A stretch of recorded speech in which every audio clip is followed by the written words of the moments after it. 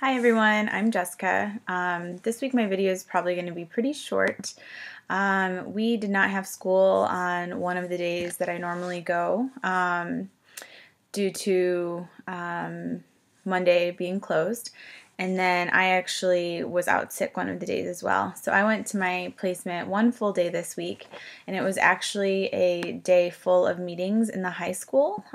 So I went to 3 IEP meetings and 2 response to intervention meetings. So basically all I'm going to be talking about is those meetings because that was what we did literally all day. I didn't meet with any kids. My supervisor and I just attended these meetings with the rest of the IEP and RTI team, which includes the school diagnostician, the vice principal who oversees all children in the high school who are part of the special education, the school psychologist, and teachers of each individual student. So some of the things that I wanted to point out that happened in some of these meetings. Basically, one of the meetings was with a 10th grade student who had been identified for services in middle school, I think in 6th grade, who no longer uses any of her accommodations, and she's doing really well in school. She's completing all of her goals, achieving great grades, really good SOL scores. So basically the team met with her and her father to discuss whether or not she still needs this IEP, because basically if she's not using any of the services and the teachers aren't really following the accommodations because she's not using them, does she really need it? So it was kind of a tough decision for the dad, because his thing was, we fought so hard to get this IEP in the first place years ago.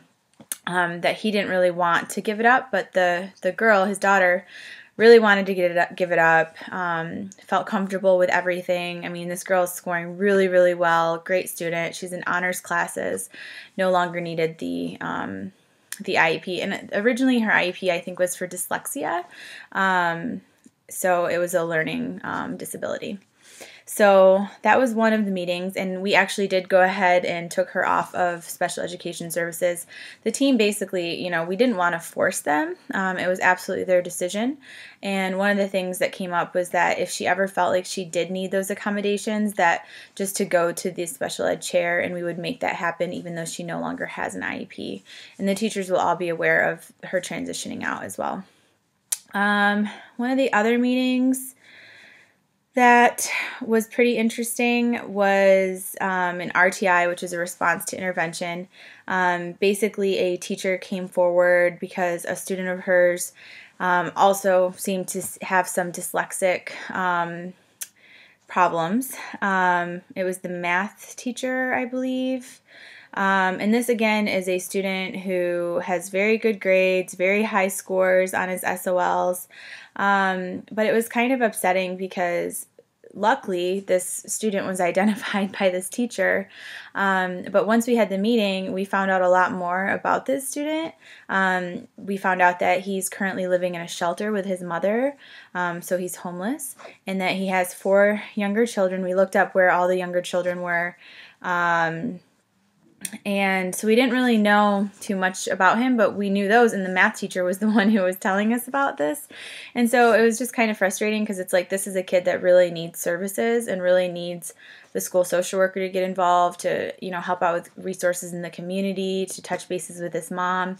And we had no idea that this kid was going through all these struggles. And luckily, like I said, we had the meeting, which was focusing on his possibly having a dyslexic problem, but really there's a lot bigger problems, and it's no wonder he's, his grades are going down and he's having issues in school because he's homeless. So that's really the biggest issue. So possible CPS referral, and the reason for the CPS referral, I guess, is because the children are allowed to be in the shelter if the mom's not there, and I guess the mom's working in DC, and so the teacher was saying that the kids don't have a place to go, and it's cold, and the mom's not there, and it sounds like they need a lot of help. So the CPS referral wouldn't necessarily be, to target mom, but really would just be to help us get some resources to this community, and then also to refer them to a social worker who works for our county, who helps once again set up with community services. So that was another one of the meetings. And then, one of the other things that I wanted to talk about, because I found this to be pretty interesting.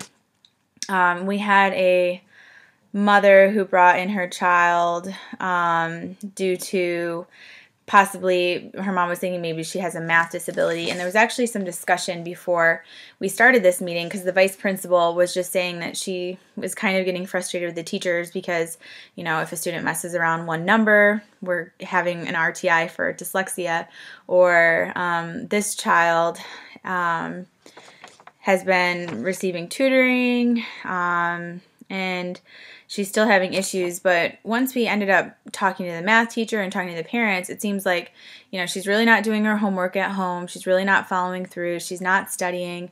And so is it really that she has a math disability, or is it that she's not, completing her work and staying focused? And it came out in this meeting that mom always has to remind her to do things at home.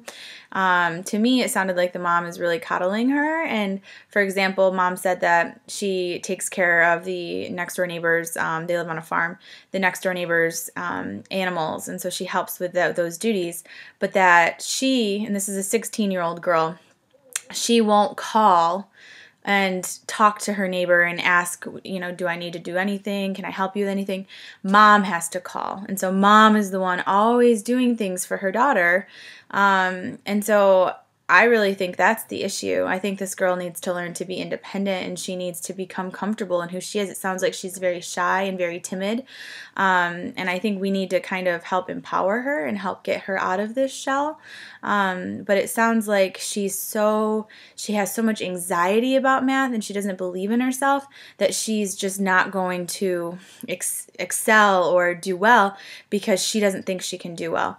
And so this was a situation, this was an RTI, so a response to intervention, and we did not go ahead and do testing on this child. The last child that I talked about, the boy who was in the homeless situation, we are going to do testing on him as well.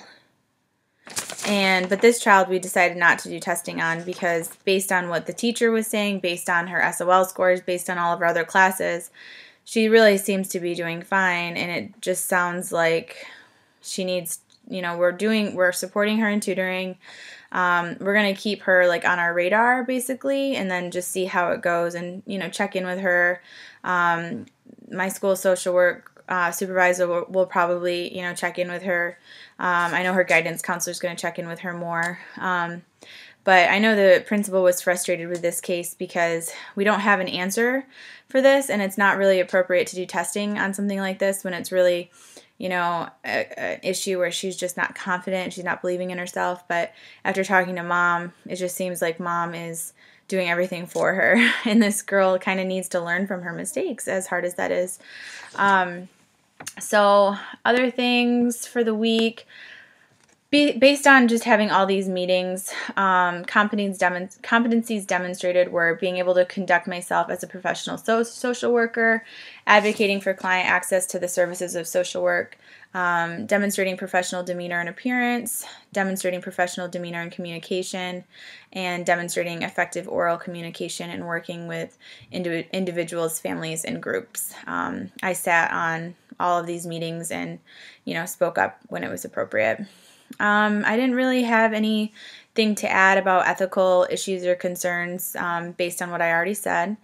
And I didn't have a supervision meeting because I was actually out sick on the day that my supervisor and I normally meet. But we communicated through email and went over some things that I needed to work on for the week.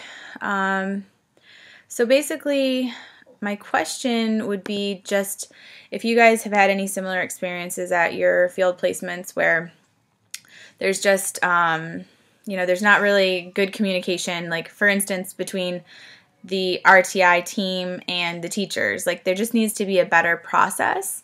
And it seems like maybe they're not really aware of what the team is, and there's things that teachers should be able to do on their own, like calling the parent and having a student-parent meeting, a teacher-parent meeting with the student. Like this last meeting that I talked about, it really would have been more appropriate for just the teacher, the parent, and the child to meet instead of bringing it to a response to intervention where it brings the whole team. It just really wasn't relevant. So if you have anything to add to that or can relate to that, that's pretty much just my question, just if you've experienced anything happening similar to that in your placement. All right. Thank you. Ended up being longer than I thought. Sorry.